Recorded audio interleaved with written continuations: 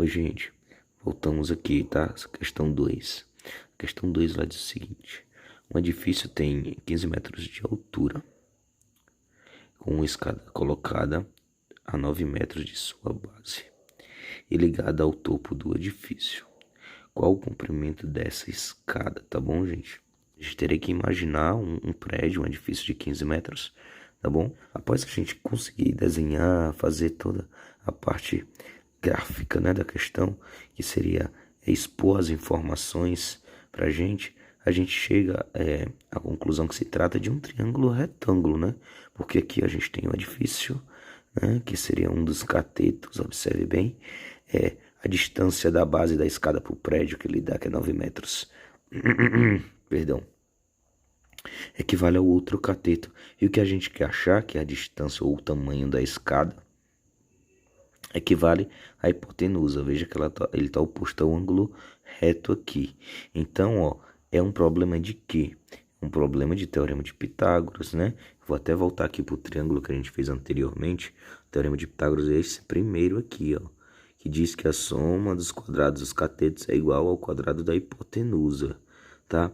No teorema de Pitágoras a gente só utiliza a hipotenusa e os dois catetos B e C, certo? Então vamos voltar aqui. Bom, vamos começar a escrever aqui a nossa questão. A gente tem, como eu falei antes, dois catetos, certo? A gente quer achar a hipotenusa. Então a gente precisa colocar nossas informações de forma coerente para a questão fazer sentido, tá certo? Primeiro eu vou evidenciar o teorema de Pitágoras para vocês. Se eu estiver balançando um pouco, perdão, como eu falei, eu estou segurando a câmera com a mão aqui, né? Estilo MacGyver. Então, ó, vamos lá. Notem que os catetos B e C tá aqui. Eu não evidenciei quem é. Nesse primeiro momento, eu não precisa eu evidenciar quem é cateto, o que de o que, tá? Eu já comentei isso em sala de aula. Para mim poder nomear dessa forma, como alguns alunos já questionaram, eu vou ter que utilizar outro ponto de referência, né? Que não seja aqui o nosso ângulo reto. Então, ó, nesse primeiro momento, né, que só preciso do teorema de Pitágoras, tanto faz eu colocar o B como 9 ou o B como o 15, tá bom? Assim como o C, né? Se você botar um como o B, o outro tem que ser o C, é óbvio. Então, a gente só precisa ser coerente em relação a isso. Colocar um valor para um cateto e o outro valor para o outro cateto, tá? Não pode errar é a hipotenusa. A hipotenusa é sempre quem está oposto ao ângulo reto do outro lado, tá? Então é só ficar atento em relação a isso. Então vamos aqui substituir. Aqui, a hipotenusa a gente não possui.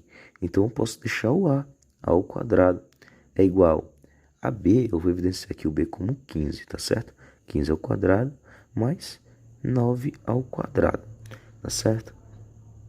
Bem, com 15 ao quadrado e 9 ao quadrado eu consigo encontrar, então já dá pra gente resolver uma boa parte dessa questão.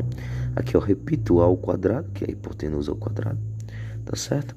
15 ao quadrado dá 225, então já registro aqui, eu já tiro o 15 ao quadrado e coloco o resultado dessa potência, tá certo? Mais o 9 ao quadrado, 9 ao quadrado é fácil, né, gente? 81. Para quem não sabe aí, é bom já dar uma olhada no estudo de potências, tá certo? Já vai aí buscando na internet, não perde tempo não, que a nossa prova tá perto, tá chegando. Então, ó, dado esses dois valores, a gente já consegue somar, tá? A gente só não vai mexer com esse cara aqui agora, mas esses dois a gente pode somar, pode juntar, tá aqui o sinalzinho de mais indicando isso. Então a gente vai, ó, repetir o A ao quadrado é igual, e juntando os dois a 306, certo? Bem, e o que a gente faz agora? O que a gente fez lá na questão anterior.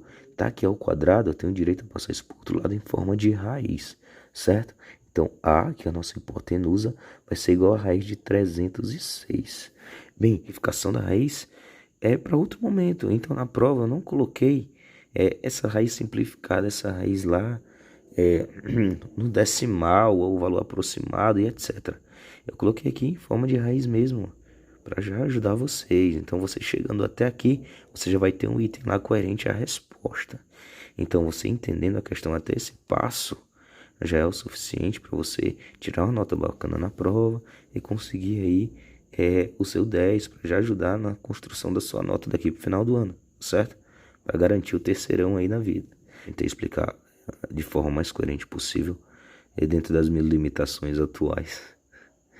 E apesar de ter ficado um pouco longo também, isso é uma questão pequena, mas ter ficado um pouco longo, eu acredito que eu expliquei pausadamente. Se você quiser, né, entender, mas tá um pouco sem paciência, acelera um pouco o vídeo, ou então, se você tem mais dificuldade e aprende de forma mais legal, mais devagar, pode assistir algumas vezes o vídeo, ele vai te ajudar, tá certo? Acredito eu que eu expliquei de forma bacana para vocês, tá bom? Então, ó, perdão novamente pela voz, se falhou o áudio em algum momento aí, então, eu peço perdão, mas tá assim de coração aqui, gente. Se não fosse o coração, a garganta não tava funcionando não, hein? Então, ó, eu tô contando com vocês para tirar uma ótima nota aí na prova, tá? Novamente, vamos à terceira, né? A gente não termina.